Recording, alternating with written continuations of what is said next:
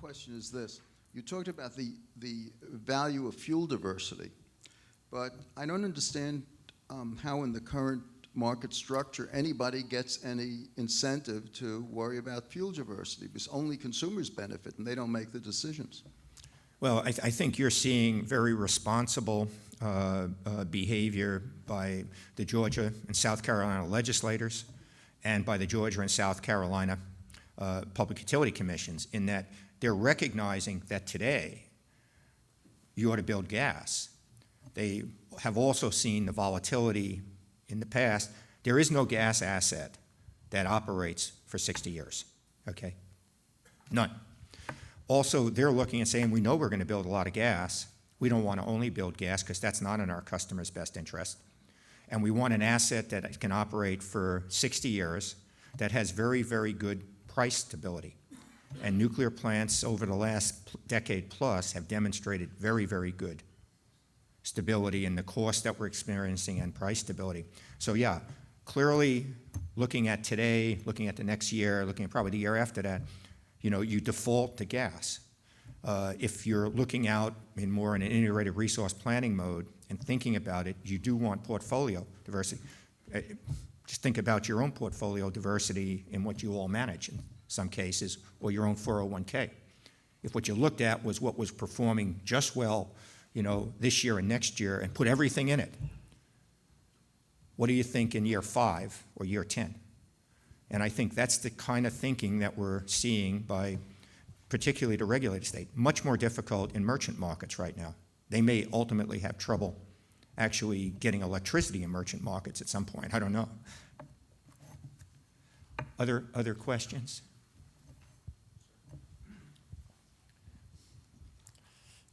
Marv, the public perception numbers you put up there were impressive, but I would guess if you did it here for Indian Point or for Vermont Yankee, you might get different numbers. So can you talk a little bit about sort of your view on what's happening there for those two plants? And then separately, was hoping you could comment on San Onofre and your understanding of the issues going on there, the leak in their steam generator. And I know it's a fairly new issue, but just sort of your understanding of what's happening there.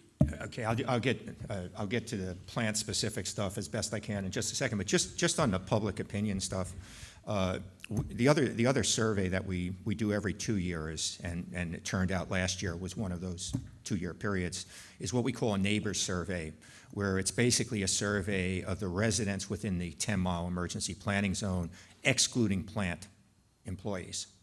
And when you do that around the sites, the numbers are in the high 80s usually, and they were slightly down in 2011, but slightly down. They were still well in the 80s as far as public support. So in general, around our sites, we have very, very high public support, which makes sense when you think about it. The people at the plant live there, so they know each other. They are neighbors. The plant is a major economic benefit to the local community. The people get to visit the plant if they want to, and basically the plant does a good job of operating safely and reliably. So in general, around probably every site but the two you mentioned, we have very strong public support. The other thing I'd mention on the Fukushima experience, the survey in April dropped from about a 64% from 2 years before that to 46. So we thought they were dyslexic, but it made that drop. And the good news on that was they didn't go to negative. The entire drop went to neutral, okay? So basically the public was saying, this was, and think about April.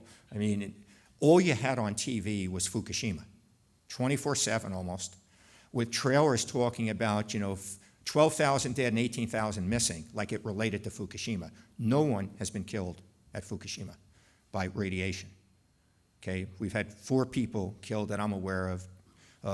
1 killed in the earthquake, 2 killed by the tsunami, and 1 had a heart attack working there. So the saturation then that you saw had to influence public opinion in the negative. So I think the recovery, it hasn't been on TV for a long time.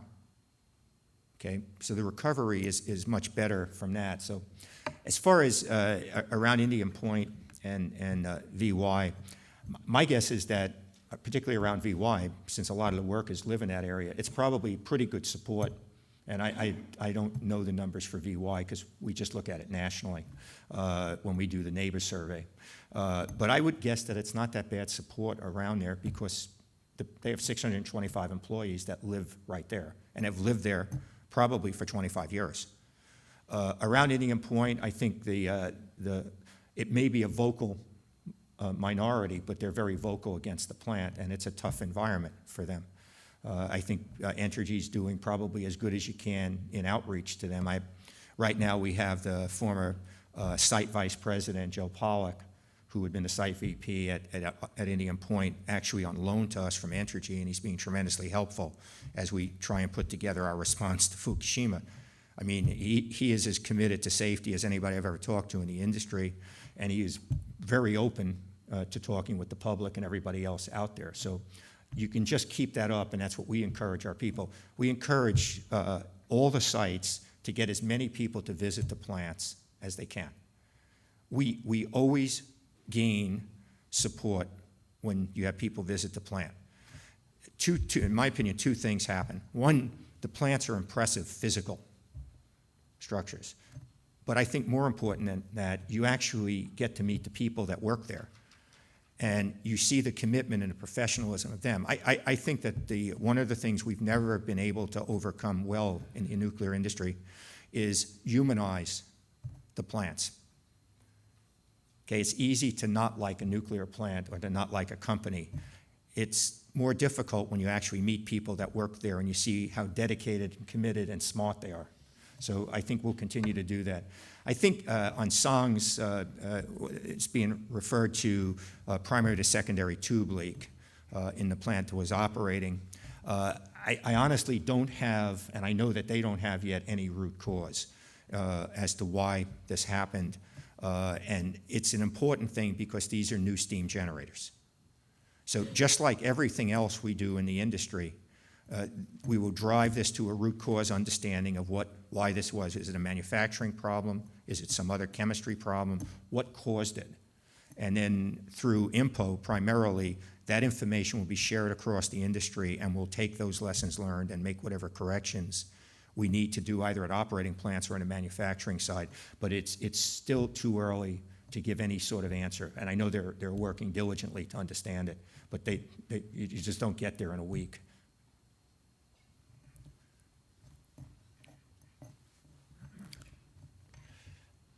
What progress has there been internationally toward creating organizations that have the kind of bite that INPO has and exert real controls over nuclear operators and the acceptance by the countries involved? I think everybody knows that after 3 Mile Island, we formed INPO, and INPO is just a major benefit to our whole industry, and to be honest, even beyond our industry, because of the focus on excellence and the drive to excellence and the processes that they put in place to make sure that happens. After Chernobyl, the world formed the World Association of Nuclear Operators, with the intent being to pick up some of what INPO has done on a world basis. At the meeting that WANO had in China this fall, they embarked upon a much expanded, much more intrusive type program with a lot of additional resources to try and take WANO, which is nowhere near where INPO is. Okay, INPO is just, it's like a jewel with its effectiveness, and WANO is trying to move into that direction. But they do have a much more significant commitment of people now to WANO to make it more effective. They got a better commitment to the roles of the CEOs, which is such an important aspect of what makes INPO effective. But they have a long way to go to implement it all. And I can tell you one of our experience on lessons learned from Fukushima, and this was not to prevent the accident, this was in response to the accident, is that the cultures are very different in every country, put aside language. And that's going to be, has been a challenge for WANO, will continue to be a challenge. So we're going to see WANO get better, Ellen, but it's going to be over time.